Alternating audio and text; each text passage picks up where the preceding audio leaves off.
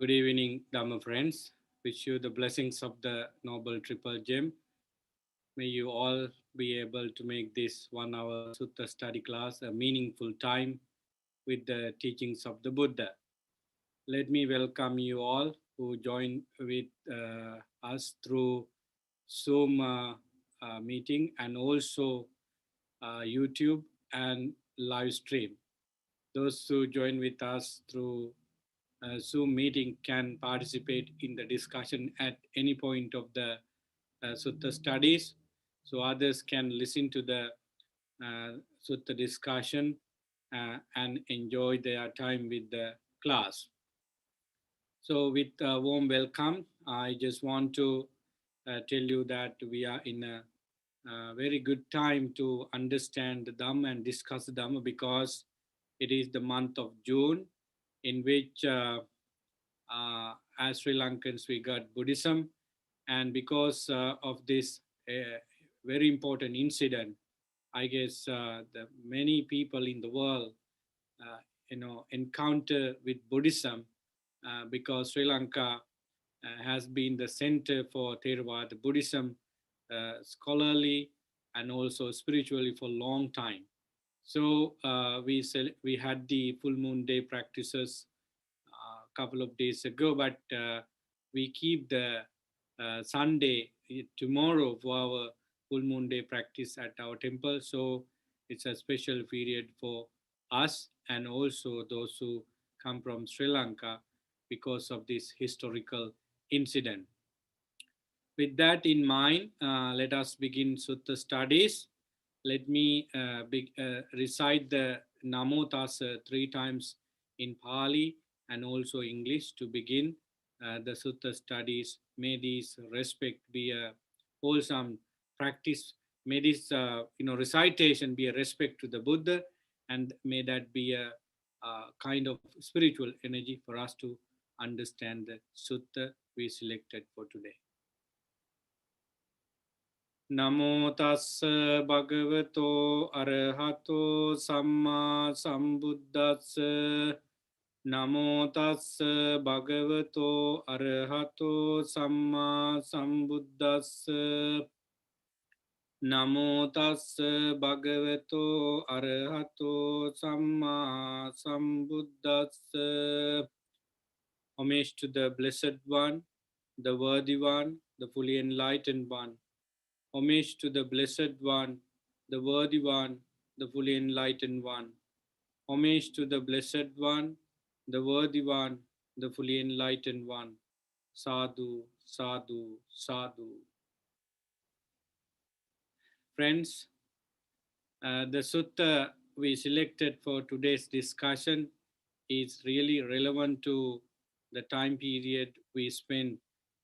The Chula Hatti Padopama Sutta is really significant for us because, as you know, Venerable Mahinda, the great son of the Emperor Asoka, came to Sri Lanka with Buddhism after 236 of the Buddha's parinirvana to establish Buddhism in Sri Lanka as a part of the missionary works of Emperor Ashoka and Venerable Moggali Puttatissa in India, so that we are so happy with that, and from then onward, Sri Lanka is considered a Buddhist country. So this is the very first sutta Venerable Mahinda selected to deliver the Dhamma to King of Sri Lanka and also the royal family and whoever participated in that gathering.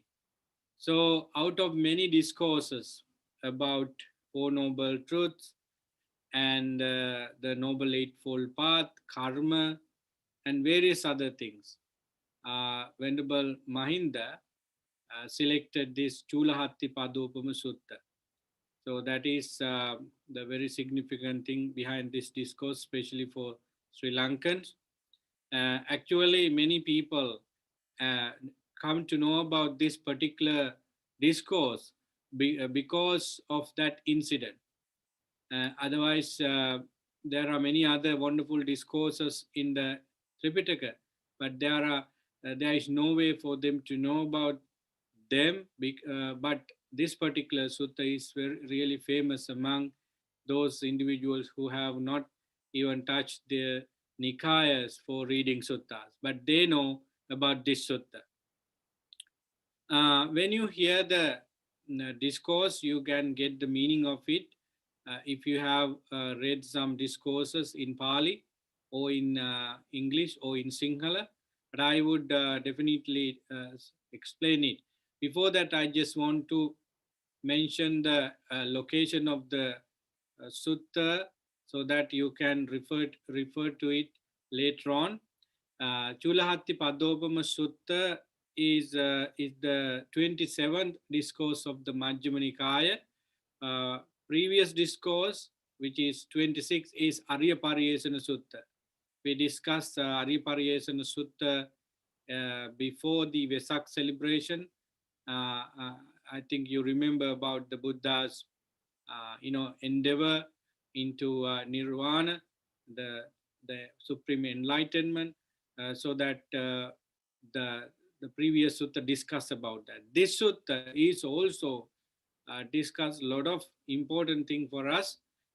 So this is the sutta number 27 of the Majjhima Nikaya. Now we go to the discourse. Chulahatti Padopama.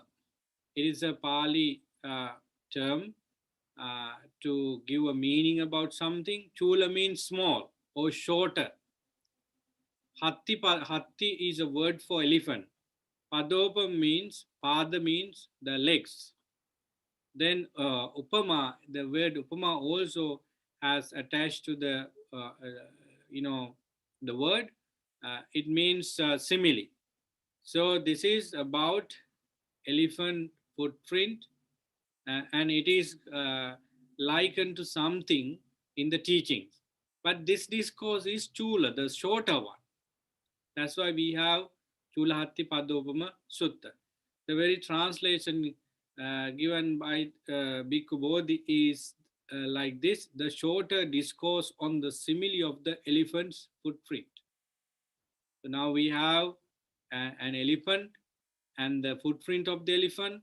So it is going to it is going to compare to some Dhamma aspect in the Buddha's teaching. But this is a very this is a small discourse. We have Mahahatti Padopama Sutta right after this discourse as the 28. But when we look at the length of the discourse, Chulahatti Padopama Sutta is bigger than the Mahahatti Padopama Sutta. Then why we have this Chula? Friends, the reason is that Chula is used for this discourse because it explains how one can develop the Dhamma from the very beginning. So, in other words, Chulahatti Padopama Sutta, the shorter discourse on the simile of the elephant footprint, explain how one start the training with little practices, minor practices, and he or she could end up his training or her training with the full enlightenment. When we go to Mahatti Padopama Sutta, why do we say it's Maha or greater?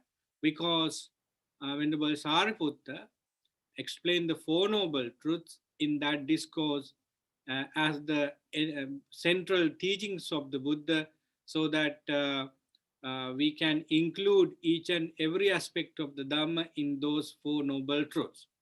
This is the very reason why it is called Mahahatti Padopama Sutta. There we compare the Four Noble Truths as the biggest teachings of the Buddha. In the animal kingdom, the elephant footprint is the biggest one. No, there is no animal in this planet Earth which has footprint similar to the elephant. So that's why we have these terms for the title of the discourses. Um, Again, I just want to emphasize the fact that why Venerable Mahinda in 3rd century BC, when he introduced Buddhism to Sri Lanka, selected this discourse for his first sermon. Actually, during the conversation between Venerable Mahinda and also the King Devanampiyat is in the central part of Sri Lanka, when they met for the first time, it was about, IQ test. As you know, Venerable Mahinda asked some questions, and the king answered them exactly as he should be. Therefore, Venerable Mahinda could be able to understand that the king of Sri Lanka is intelligent, wise, enough to understand the Dhamma. That was another reason for him to understand that if the king is such an intelligent person, there would be similar individuals in the country to absorb the supreme Dhamma of the Buddha. Do you think that Venerable Mahinda got into this understanding right after the conversation between conversation with King Devanambit? In my understanding, no, because Venerable Mahinda, after the third Sangha Council in Patna, somewhere in Magadha, he spent some time with his mother in Sanchi uh, with his group of missionary group because he wanted to understand what kind of language and culture and uh, life pattern in Sri Lankan, so that he spent some months of departure from his hometown and learn something about Sri Lanka being in Sanchi. Uh, the other reason why he did not come to Sri Lanka immediately, because then the king of Sri Lanka was Mutasiva. He was very old, and if Venerable Mahinda came to Sri Lanka while that period, he was not able to deliver the Dhamma as he did after that, because the king of the country was not that physically strong. So there are additional facts for you to understand the significance of the discourse. Then the last thing I just want to emphasize is that why Venerable Mahinda selected this discourse, Chulahattipadopama Sutta, for his first sermon, because we know we have Satipatthana discourses, Samma Ditti, the suttas about Sila, and suttas about duties and responsibilities. So Venerable Mahinda met the king and his royal family. Why didn't he explain the Dhamma to make his administration meaningful? Uh, the suttas about the king's responsibilities and so forth. The reason why he selected this Chulahatipadobama Sutta is because, friends, this sutta is about how one can understand the Buddha, and which way and which manner one should understand the Buddha. And in the discourse, we have provisions to explain what kind of Dhamma the Buddha, taught us, and what kind of people monks and nuns are. So they are included in the discourse. So Venerable Mahinda wanted to uh, convince the king and the Sri Lankans that we are such a people, we are follower of the Buddha, and this is what we have been doing in our monastic lives. So this is what we practice as our Dhamma. So this is our teacher as the Buddha. So within the discourse, Venerable Mahinda was able to explain everything in detail, so that he selected this discourse as the introduction of his missionary works in Sri Lanka. So that is the significance of the discourse historically. Now we look at the discourse, exactly what it means and how it is unfolding as a wonderful discourse. Thus, I have heard on one occasion the Buddha was living at Savatthi in Jetas grows Anathapindikaspa. As usual, Buddha was residing at the greatest monastery, Jetvanarame.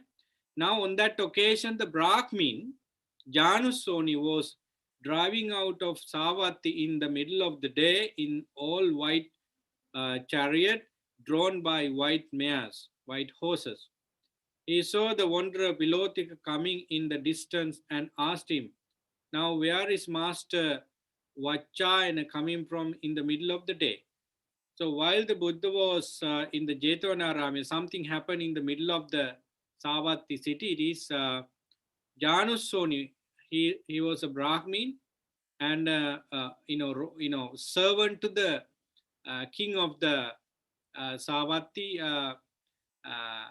So he was a royal minister. In one record, it is said that he was the Purohita, the advisor to the king. So he was. It was in the middle of the day, and he had a chariot with white, horses, and also the whole chariot is also painted white. And the colors of the cloth that Janusoni, Brahmin Janusoni wore is also the white. So it's all white in the middle of the bright day with sunshine. You can imagine how bright it is. So in the meantime, another person is on the way. That is Wanderer Pilotika. He's a friend of Janusoni. So they met together in the middle of the road. Janusoni, uh, Brahmin Janusoni, he was driving with that white chariot towards one side of the city, and the wanderer Philotika was walking down from Jetvanarame to his place. Then now what? Where? So Janusoni asked, "Where do you come from?" "So I am coming from the presence of the recluse Gautama." So Pilotika was just from the Jetvanarami monastery after a Dhamma discussion with the Buddha. "What does Master Vachayana?" Vachayana is the clan's name for Pilotika. So Janusoni asks, "What does Pilotika think of the recluse Gautama? Lucidity, how his wisdom, how his wisdom function, and how clear his wisdom is. Then is he wise, or is he intelligent?" Something like that Janusoni asked from Pilotika. Then Pilotika's answer is really interesting. "Sir, who am I to know the recluse Gautama's lucidity of wisdom? One would surely have to be his equal to know the recluse Gautama's lucidity of wisdom. I am nothing. I am no one to explain the lucidity of when recluse Gautama's wisdom, because uh, he is like a genius. No one can equal to him. Only such a Buddha can explain, another Buddha can explain his wisdom. No, I'm not in that position." Actually, Vilotika Wanderer was so devoted to the Buddha because of his wisdom, and he was genuine too to tell that I do not understand his wisdom because it is just like the ocean. How can I understand such a wisdom by my poor knowledge? Pilotika said that. So then Janusoni said that you are praising Gautama Buddha, recluse Gautama, with so much admiration and respect. Why do you do so? What exactly you saw from recluse Gautama to praise him in this extraordinary way? Sir, so suppose now interesting thing here is that Pilotika thought that I would answer to Janusoni, my friend, with a simile, so that he would understand what exactly I am saying here. So the simile Pilotika took here is the elephant footprint. Suppose a wise elephant woodman were to enter an elephant wood and were to see in the elephant wood a big elephant's footprint. So simply, uh, a person who knows about elephant enter into a forest where elephants live. Now this man sees a big elephant footprint.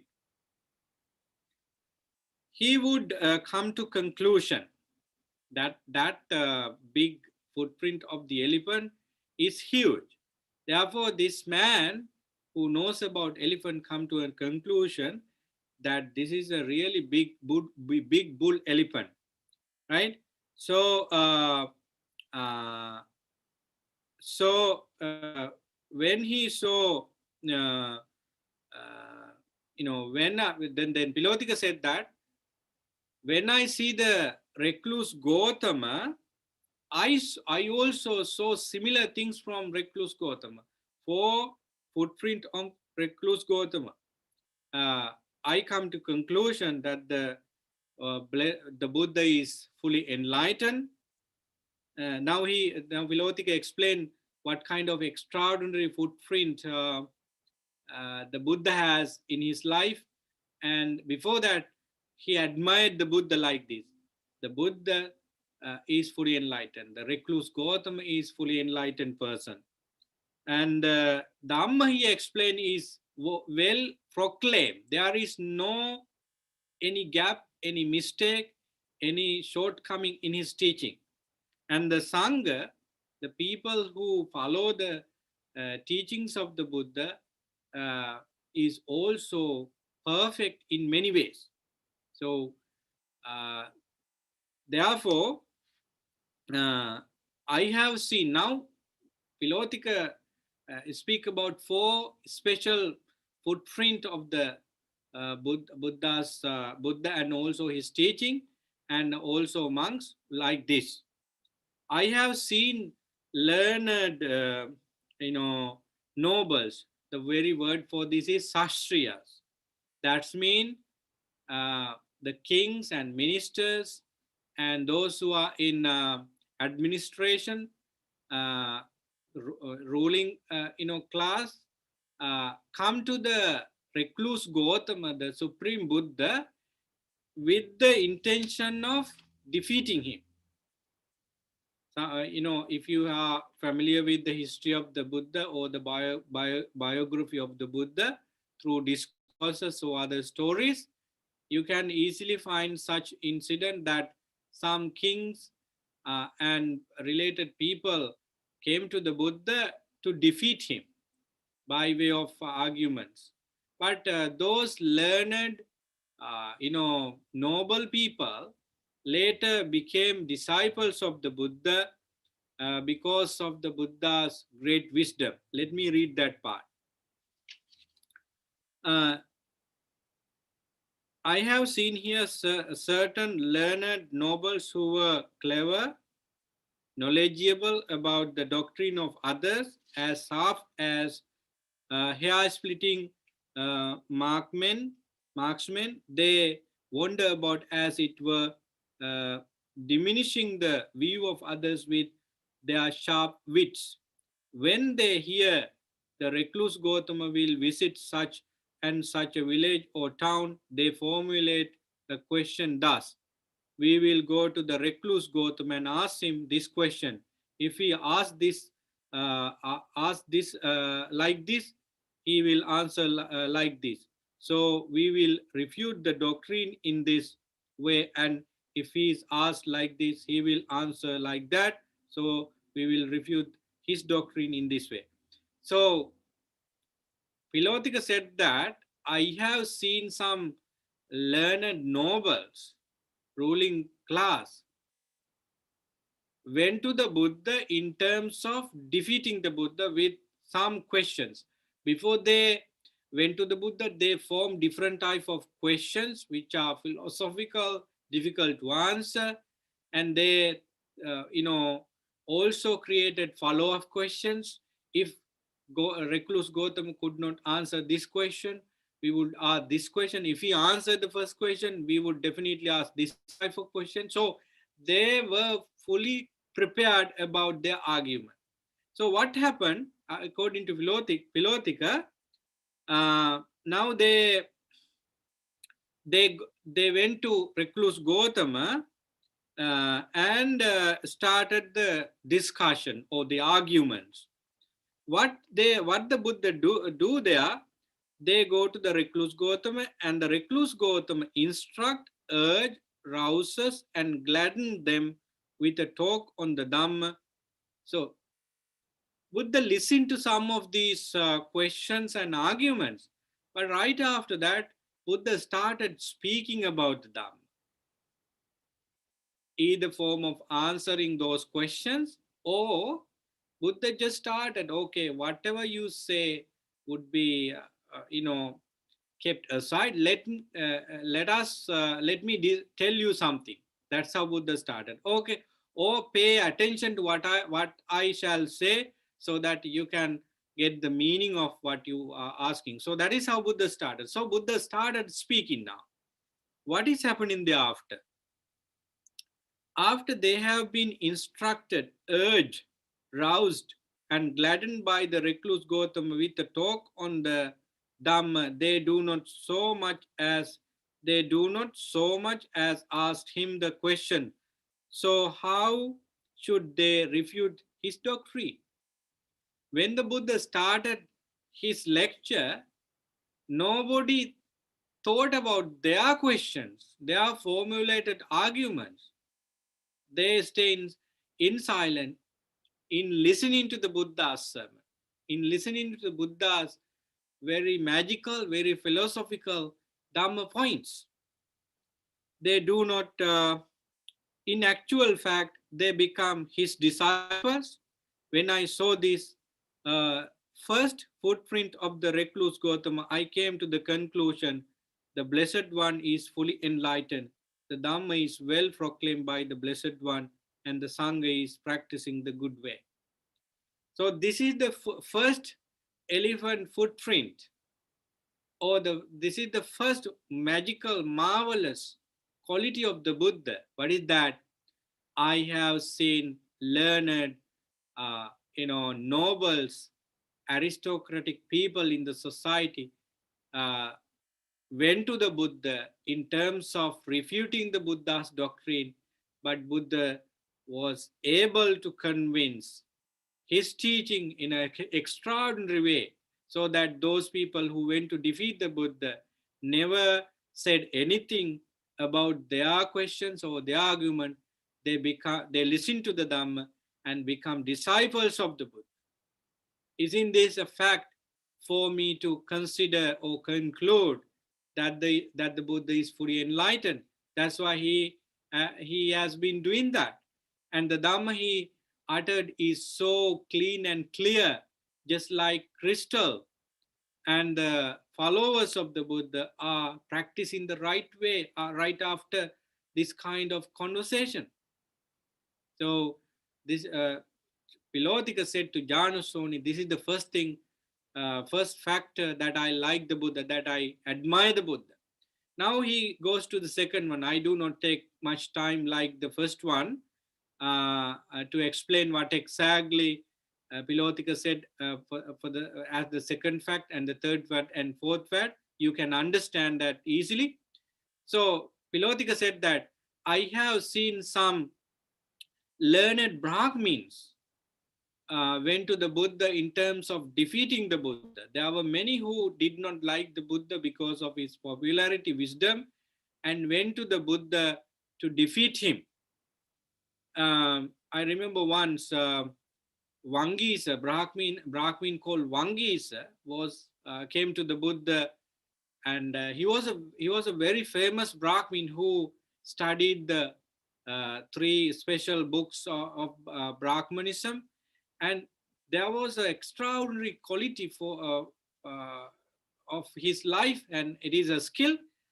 Wangisa was able to tell where people reborn after their death just by tapping the skulls of the dead body. Let me tell you that again. the Brahmin Wangisa was a very skillful Brahmin. He was able to tell exactly where you reborn after your death. Actually, you have to die because he tapped his finger on the head of the dead body, and he could tell where this man reborn. It is true. He had that skill. So when the Buddha visited a village close to Brahmin Wangisa, uh, the followers of the Wangis arranged a kind of debate because they thought that this is the great opportunity for us to uplift the reputation of our teacher by putting our teacher to argue with the Buddha, because they assumed that the Buddha was could be defeated by their teacher. So now Wangisa came, and Buddha was also very intelligently acting there. So he had advised his disciples to bring some three skulls from different cemeteries, and one was is very significant. So now uh, Brahmin Vangis got the first one from the Buddha, the skull, and he tapped on the skull and said that this man or this person, reborn in that particular place. So then Buddha surveyed his with his psychic ability and tell that yes, Brahmin Vangis is right, accurate. What he said is right. That particular person after death reborn in such a place. Details is right. Then the second skull was given to Wangis, and he tapped on the head and said that this person died and reborn in such a place. Then the Buddha surveyed that as well and said that, yeah, you're right. Then the third one, third skull, Wangis was tapping once, but he was not able to tell it. And he tried for the second time, for the third time. Unfortunately, even though he used all kinds of method he used to tell the destiny of dead people by tapping the hair, tapping the skulls, uh, he was unable to tell this way. This time he failed. Why? According to the story, it is really interesting. Buddha had asked monks to bring a skull of an arahant. Uh, So how could he tap and tell that this person died and reborn somewhere else? Because arahants never died and never reborn, because death is always coupled with the rebirth. Arahants could not die. That's why we have the word attaining parinirvana. So they have ended next birth, no any births after attainment full enlightenment. Therefore, he's not going to reborn. So it is not a problem of Vangi's skills. Uh, but Vangisa does not know that why this happened. It is because of the nature of the arahants. Then Buddha said that even if you tried with this skull for a long time, you are not able to tell it, because this is from a person who attained full enlightenment. Um, we can see that each arahant's body were cremated by fellow monks. We do not find any such incident that arahant's body kept in the cemetery like the no average people. But in this story, we can find this maybe the arahant's body was cremated, but one bone or something left over brought to the Buddha and Wangis and did this test. Anyway, we don't want to go on to these details. Important thing is that Wangis got kind of huge, unshakable faith on the Buddha's wisdom, that I was thinking that I am the superior, but I'm nowhere, I'm nothing when I'm compared to the Buddha. So Wangisa turned to his disciples and all the organizers of the test and said that from now on, I become the become a disciples of the Buddha. If you want to follow me, it is up to you. Even if you do not come, I do not go anywhere from the Buddha now. I just become a monk. So according to the story, Wangisa became a monk with full-fledged upasampada, and he got into full enlightenment within a short period of time because he was a wise individual before. So these examples, the story I got is because of this fact that learned Brahmin came to the Buddha to defeat him, but like with noble warriors, they also became disciples of the Buddha because of the wisdom of the Buddha, because of the teaching ability of the Buddha, because of the uh, outflow of disciplinary nature. Because when the Buddha talks, that is enough for someone to understand who this person is, and his words are really matching with the point he wants to tell. Look at me, how I explain the Sutta studies. Lot of problem, lot of issues, language issues, and perhaps the point I explain uh, are not clear to you. It is not your problem. It is my problem. We are not perfect teachers yet. But if you listen to a discourse of the Buddha, I think you will definitely would be one of the enlightened person because his words and the way he used language, are perfect. So Brahmin who have been in the trading for so long in their the dogmas and doctrine quickly turn into Buddha without any justification. From now on, we become disciples of the Buddha, right? So this is the second reason, Janusoni, my friend, I admire the Buddha. I keep the Buddha in the highest place in my mind, and the Dhamma and the also Sangha. So now we go to the third uh, footprint of Philotika for him to consider the Buddha is great and the Dhamma and the Sangha. Um, that is learned recluses.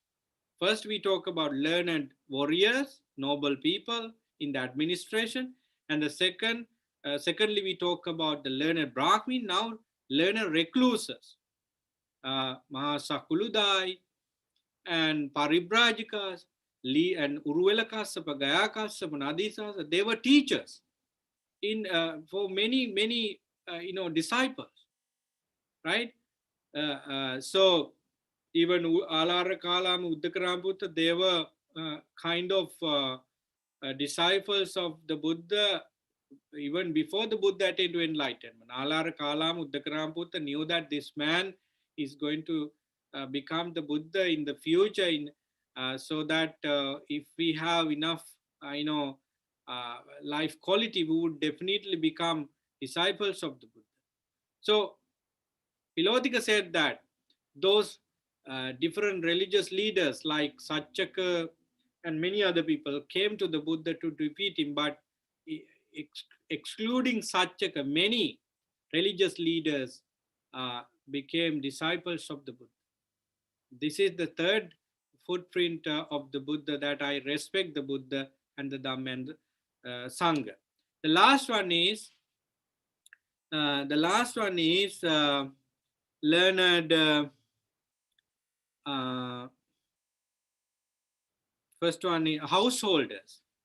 Actually, I mixed up the third one and the fourth one. The third one is learned householders.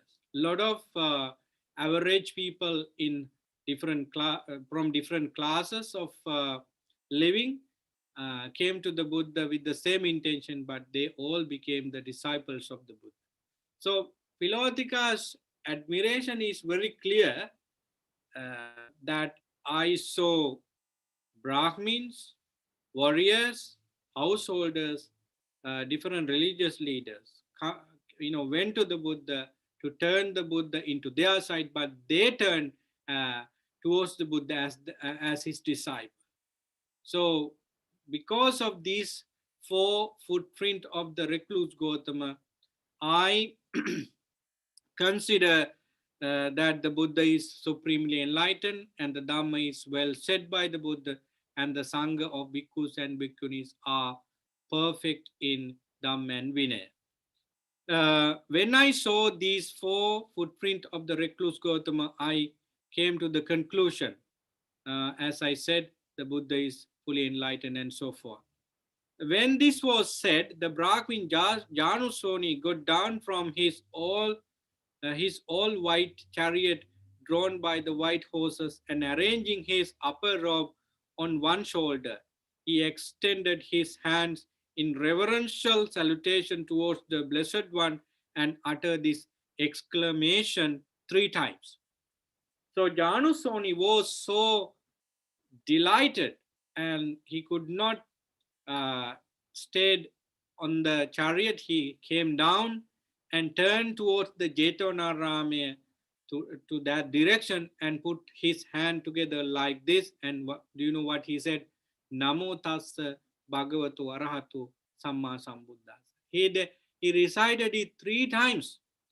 The honor to the Blessed One, accomplished and fully enlightened. Honor to the Blessed One, accomplished and fully enlightened. Honor to the Blessed One, accomplished and fully enlightened.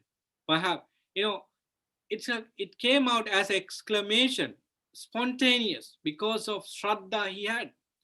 Now, Janusoni now cannot wait until he meets the Buddha to see him, to discuss. So he said there, perhaps sometime or other, we might meet Master Gautama and have some conversation with him. So that is what Janusoni. So from there we can see both Pilotika and Janusoni departed. Let's see what happened after that. Then Brahmin Janusoni went to the Buddha and exchanged greeting with him. When this courteous and amiable talk was finished, he sat down to one side and related to the Buddha's Buddha. Yeah. So after he sat down, Janusoni told the story, the whole conversation between himself and Pilotika to the Buddha, so that Buddha said here, Wanderer Philotika, at this point, Brahmin Janusoni, the simile of the footprint, elephant's footprint, has not yet been completed in details. Buddha said here that Pilotika's elephant footprint has not been completed in detail. He had said something which is important, but it is not completed. So, as to how it is completed in detail, listen and attend carefully to what I shall say. Yes, Venerable Sir, the Brahmin Janusoni replied, and then the Blessed One started the sermon. So, when the Buddha heard about the elephant footprint simile from Pilotika originally, he said that this is incomplete. Let me tell you the complete sermon about it, or let me complete the simile. So then Janusoni made his mind to listen to the Buddha about what he's going to tell. Depending on the time, I should, I would give a summarized version. So Buddha said that, yes, there is a person who knows about elephant, and since he is well versed on this subject, he knows about everything. So one day, this man who is aware of the elephant goes to the forest, and he, right after entering to the forest, see a footprint of a huge elephant, because from the footprint they can understand what kind of elephant this could be. He saw that, but he doesn't come to conclusion that this would be the biggest elephant in the forest, because there are she elephants, female elephants who have big footprint, but they are not that tall. They are not that tall.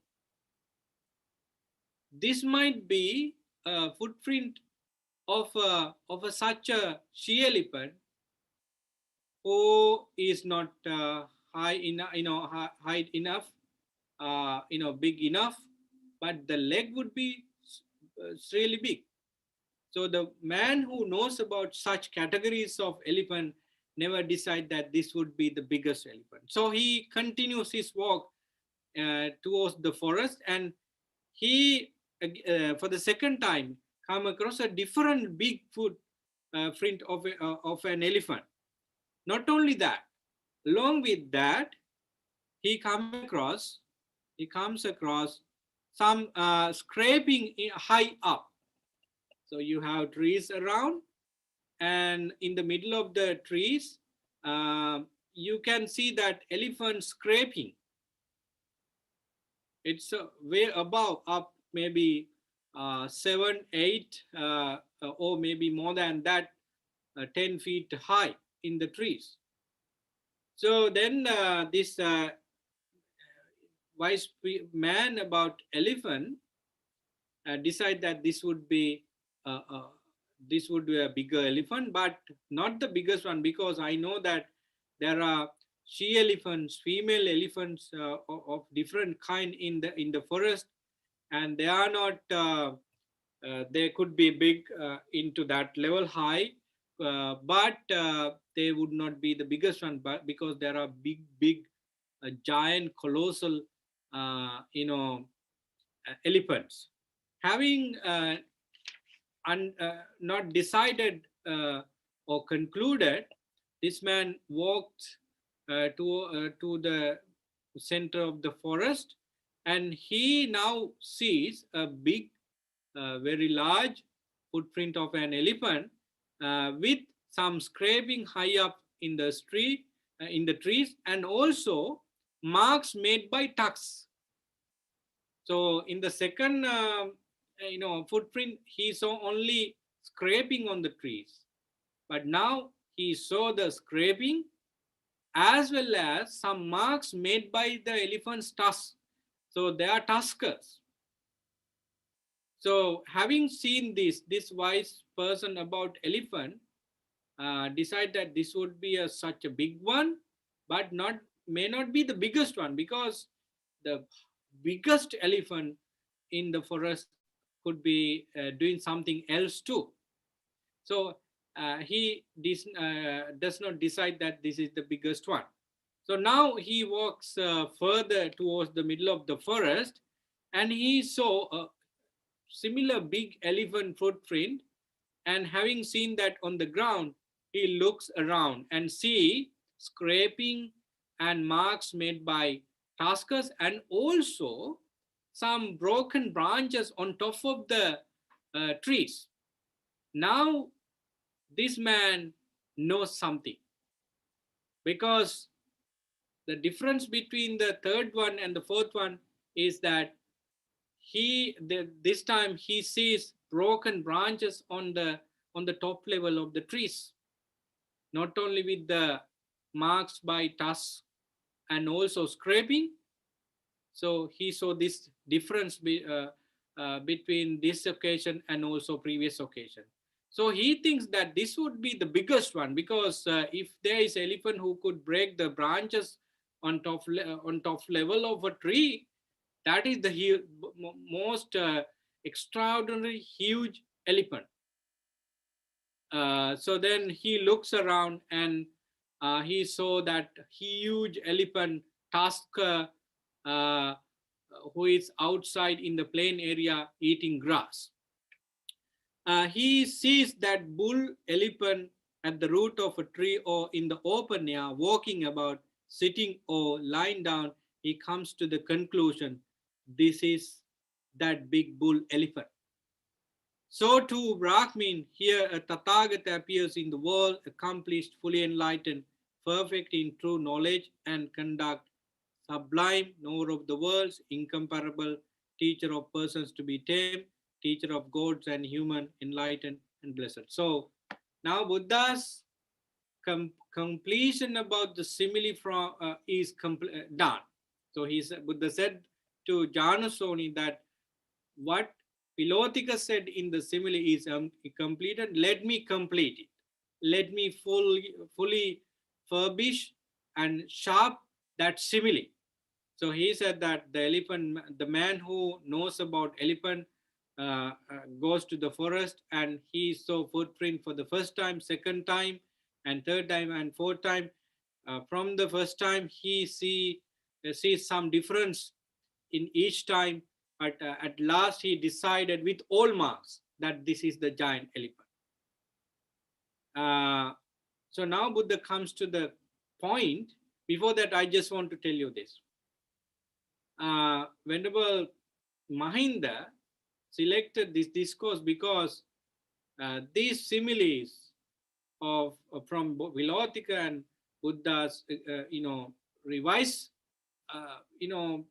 simile could be really matching with King Devanampetis in Sri Lanka, because he was in the deer hunting. In the middle of the deer hunting, he met Venerable Mahinda, so that they were using elephants for traveling, warfare, and various other activities. So that this kind of sermon would be really matching to get the attention of the king and also the members of the royal palace. It is the Dhamma now that the Buddha unfold is really, really important.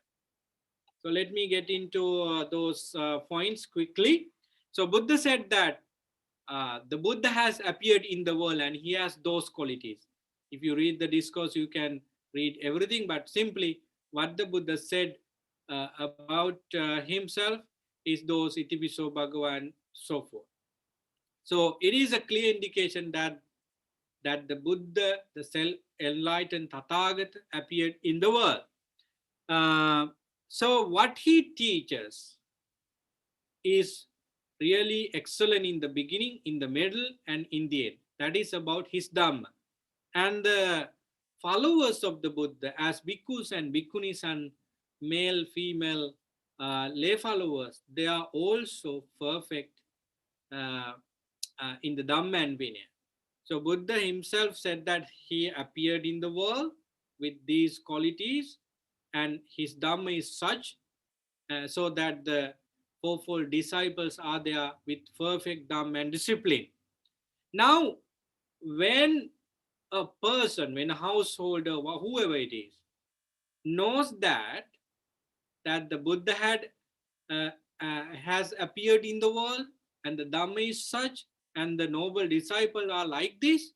Now, this noble, householder or householder, man or woman, listen to the Buddha's teaching. Now, he or she listen to the Buddha's teaching. On hearing the Dhamma, he acquires faith in the Tathagata. See, the first thing we all should get out of Dhamma listening is the faith, the confidence about the Buddha.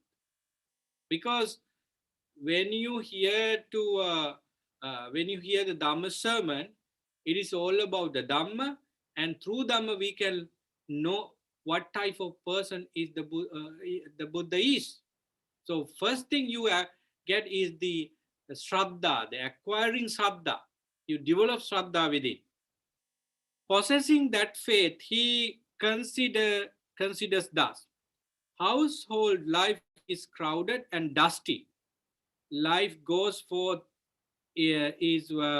life gone forth is wide open. It is not easy while living in a home to lead the holy life utterly perfect and pure as a polished shell. Suppose I shave off my hair and beard, put on the yellow robe, and go forth from home life to from the home life into homelessness.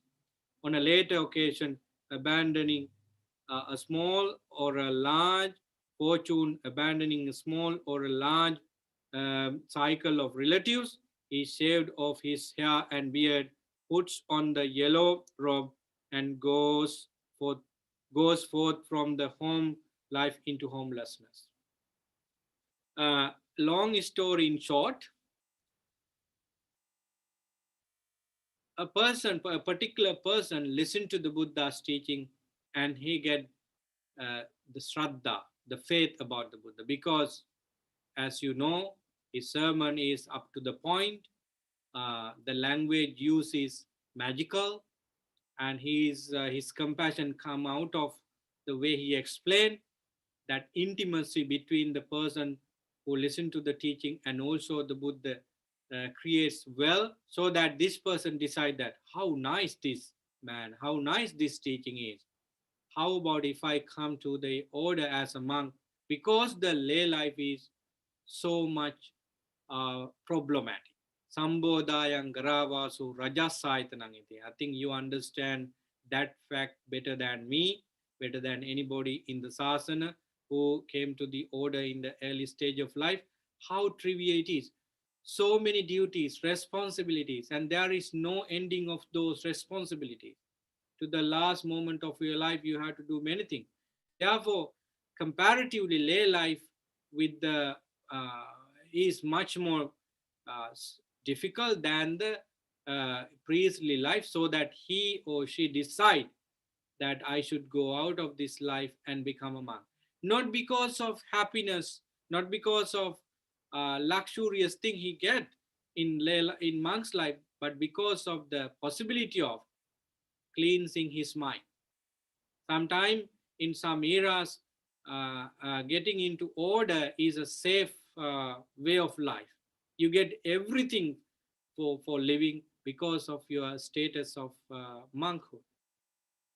But becoming a monk is for a purpose, just to end suffering of this life and enter into suffering free nirvana.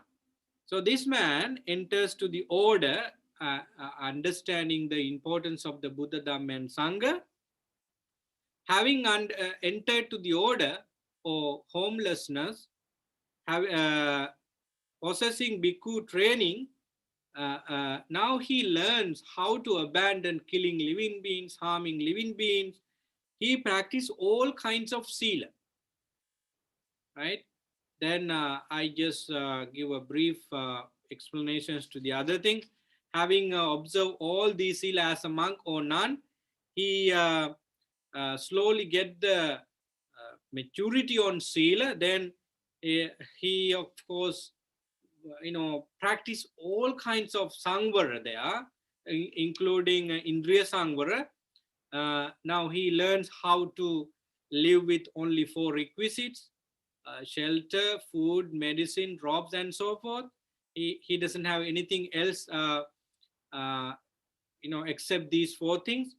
As a result, he is able to restrain his senses, and Indriya Sangvara is being practiced. Then Sati Sampajanya.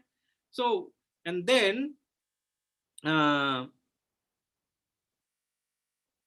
he is a very qualified monk or a nun to take a meditation subject and go to under a tree or a secluded places or a forest to meditate. I just want to point you something very interesting here. Did the Buddha give a meditation instruction for a monk or a nun just after he or she became a monk or a bhikkhuni? No.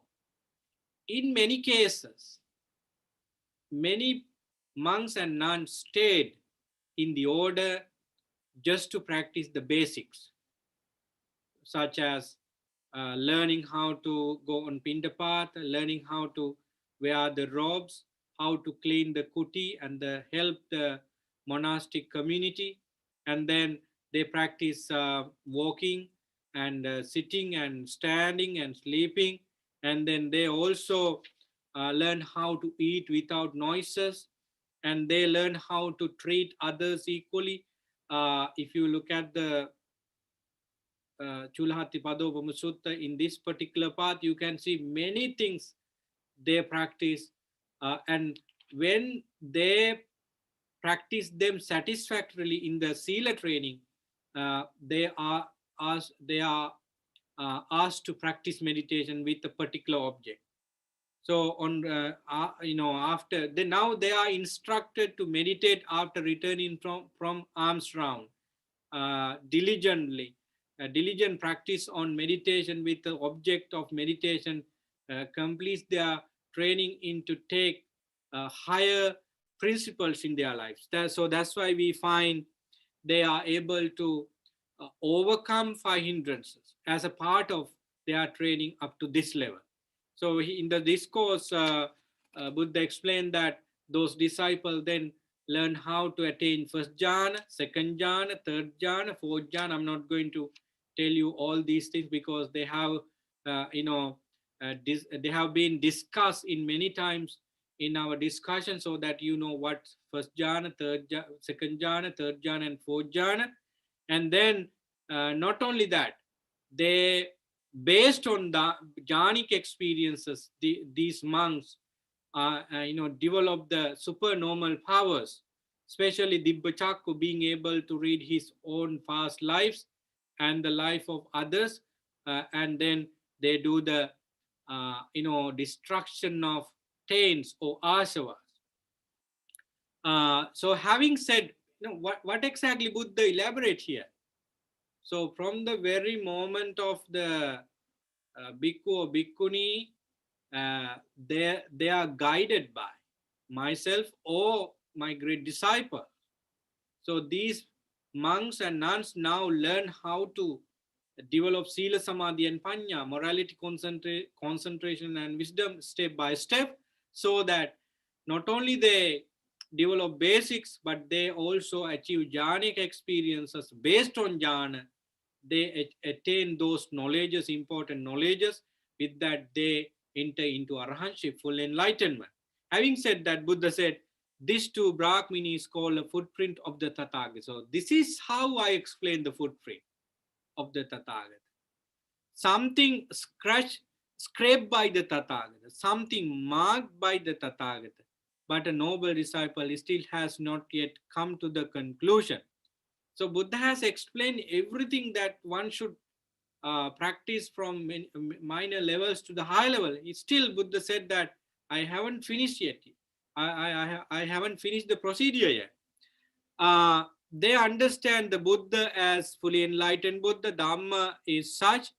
When they cease, when they cease, when he sees and knows, his mind is liberated from taints of sensual desire, kamasava, from the taints of being bhavasava, and from the taints of ignorance, avijjasava. He understands birth is destroyed, the holy life has been lived, and what had to be done has been done. There is no more coming to any state of being. So this is the peak of the training.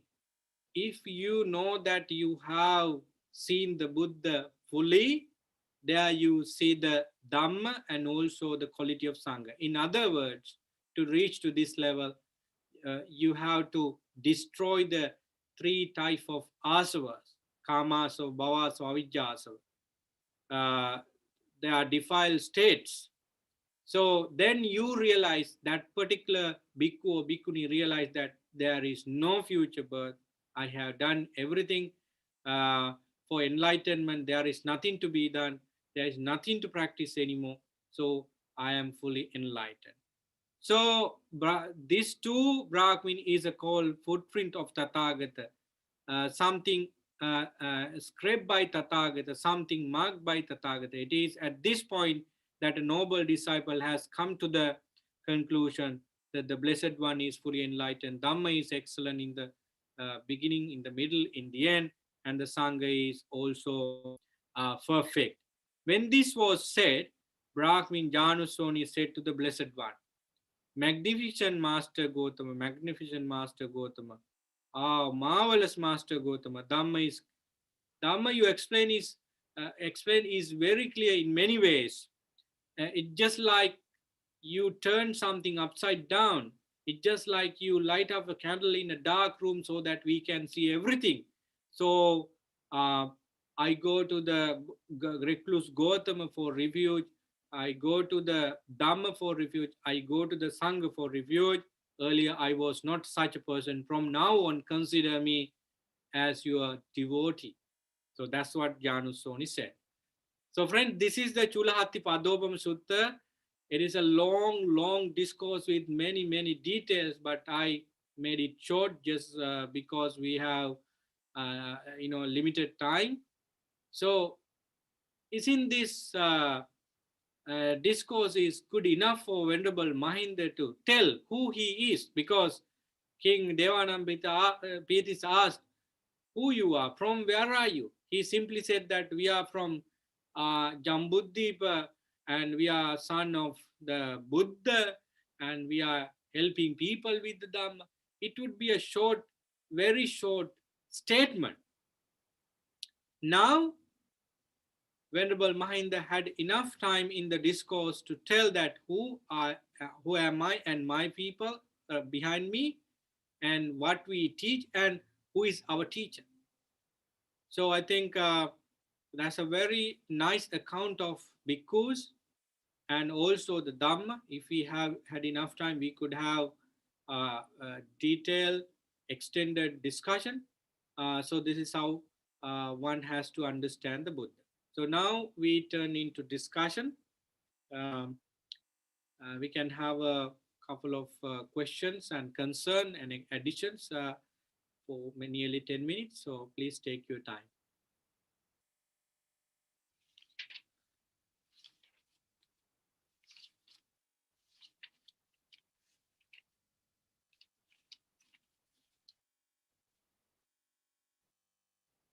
No, any concern, questions?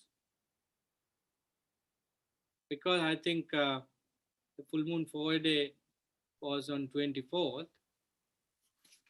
Many Dhamma sermons were,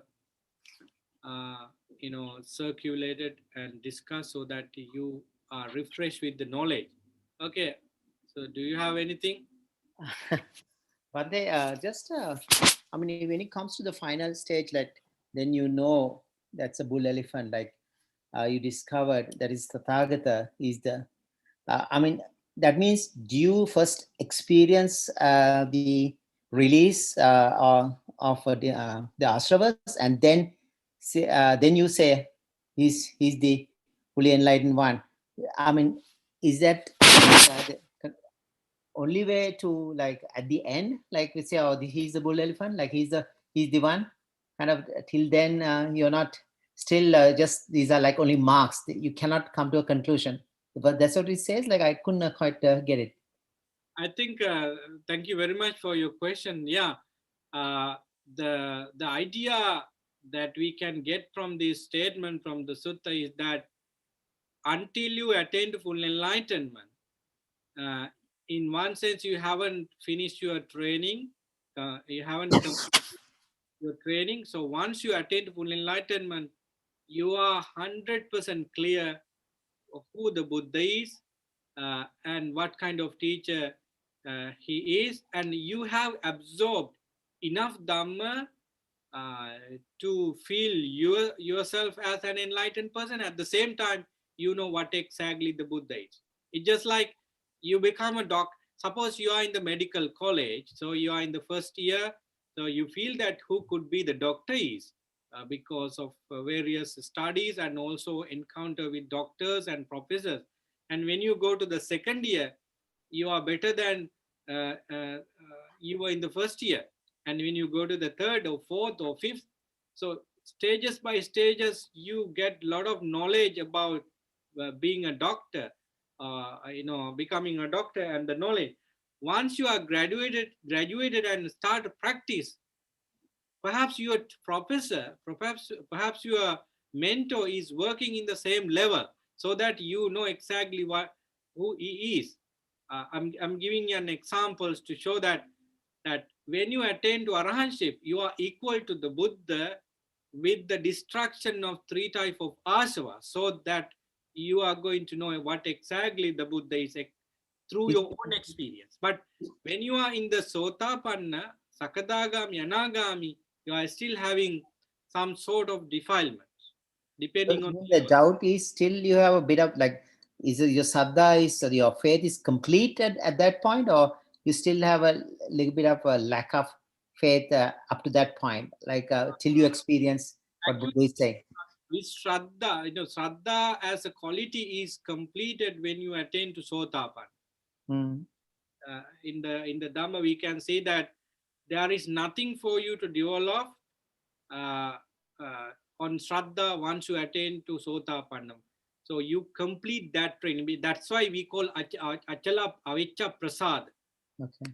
So right after Sotapanna, you are not worrying about that quality anymore. Okay. Simile is a kind of, I think he Buddha wanted to make that Ilotika simile type of meaningful with what he wanted to tell, but uh, simile is not sometime giving us the full I think clear picture about Arahant and how we should look at the Buddha and so forth, in my understanding, Okay. Thank right? you. So Shraddha is completed definitely when you attend to Sotapan. Look at the way he explained at the very beginning. When the householder or any person in that state listen to the Buddha, he on hearing the Dhamma, he or she acquires faith in the Tathagata. Now, he hasn't completed any training yet. Even he did not come to the order as a monk or nun, but, uh, but he has confidence on the Buddha that he is fully enlightened. So, as we know, when that person goes from stages to stages like Sati Sampajanya and Yoniso Manasikara, and then training on Indapath and other activities and Sila, Indriya Sangvara, his Shraddha is again confirmed, fully confirmed. Now he takes the meditation subject. Somewhere in this part, he would confirm his Sotapanna too. It is not, there is no indication in the discourse where this particular person attained Sotapanna or Sakadame Anagami, because it's a full account of Arhanship. Mm. So I think from experience of the Dhamma and also through the knowledge we can get, that particular person gains Sotapanna somewhere when he takes the meditation subject to practice Satipatthana and so forth. Yeah, so Shraddha could be something he clears at the very beginning. That's why he left everything he has, relatives, properties, and everything, and decide that this lay life is nothing with when it compares to the homelessness. So with Shraddha, he kind of a kind of a guarantee he has now that the Buddha gives him or her complete freedom. That's why he or she leave or family and property and everything he has. Otherwise, it's a kind of great renunciation, right? Suppose you you stop your profession uh, and come to temple to become a monk. You should have a very strong idea about what you are going to do, and you should not do any silly thing in that decision, right? So you know what exactly you do. So that is because of Shraddha you have about your reason why you come. I think Shraddha is completed, but Yeah, I guess maybe it's a Buddha nature, like in you, when you find that, okay, the Buddha is this nature, you realize the Buddha nature, the really feel this is the bull elephant, this is the real thing, right? At the end. So once you realize your Buddha nature within you, there you go, you compare maybe, he's the one. yeah. Yeah, Very okay. Well, you interesting. have a question? No, I don't. Oh, I thought you have a question. Sorry. Thank you. Thank you, Bante. Thank you, Bhante. Okay. Is there anyone who wants to raise a questions or concern? Please take time. With that, I just want to tell you that we see the Buddha exactly who is when we at least develop Akaravati Shraddha, uh, uh, that's rational faith. You have to have that clear vision about the Buddha qualities, or through whatever means. Sometimes you read the discourses and meditate a little bit and think about the life in line with the Buddha's teaching, so that you get a clear idea about who the Buddha is, what is the Dhamma he delivers, and what kind of people are the Sangha of bhikkhus and bhikkhunis. So I think that is really confirmed, at least when you attain to jhana. Because jhana is the perfect place or mental state where you uh, sufficiently, you know, defeat type of unwholesomeness and afflict yourself into a perfect position to see the Buddha clearly. So in my take, I think if you attend to jhanic experiences, you of course enjoy that moment and you compare that to a enlightening state, because it's super cool and you don't feel any disturbed thoughts there in the first jhana. So defeating and removing five hindrances is a huge success in this training. That's why Buddha asks us to go and do meditate just to attain jhana. Jayeta bhikkave, jayeta bhikkave. There are trees, there are uh, secluded places and forest monasteries. Go and meditate to atapi sampajano. You need to defeat the five hindrances. Samahitang chittang yatabhutam pajanati. If you are able to uh, take your mind to jhana over and over again, there is a great ability for you to see the truth of this life. So, in my understanding, in my experience, attaining jhana is a very deep and very important place of our training. It's a kind of uplifting moment from mundane to a kind of super mundane, because you experience something great. So that's why we encourage people to gain jhana, either form of meditation or just by thinking. If you have a super knowledge and control your emotions, you can gain jhana by that way as well. Not necessarily sitting with cross leg and do it. Look at Anathapindika. He heard the word of the Buddha, the word Buddha. With that, he was able to clear his mind from five hindrances. And and while listening to the Dhamma, while giving a dana, you could clear your mind from five hindrances. You have to have that knowledge and experience to do that. So, friends, this is a wonderful discourse. As Sri Lankans, we value it more than anyone else, because we got Buddhism from India through Venerable Mahinda in 3rd century BC. And this is the first discourse our ancestors listened to.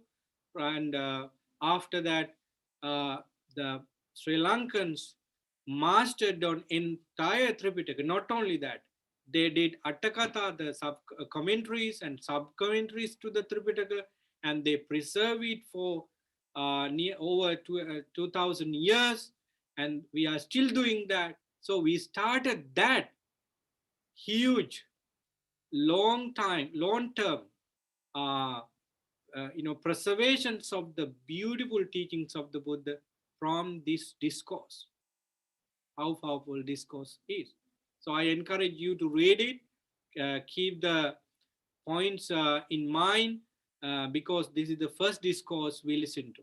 Just like Anya Kondanya or those five ascetic, we Sri Lankans listen to this discourse for the first time. So having said that, I just want to end today's discussion. Sorry for taking some time out of the scheduled time, because when the suttas are too long and the Q&A session is really interesting, we actually take some time, and feel sorry if you feel any inconvenience, but it is all about Dhamma. I wish you well-being and happiness for now and throughout this night and tomorrow, and whole weekend would be happy and delightful for you with the Dhamma, and may you all be enlightened sooner than later. With this wholesome thought, I finish the class for tonight. Sadhu, sadhu, sadhu.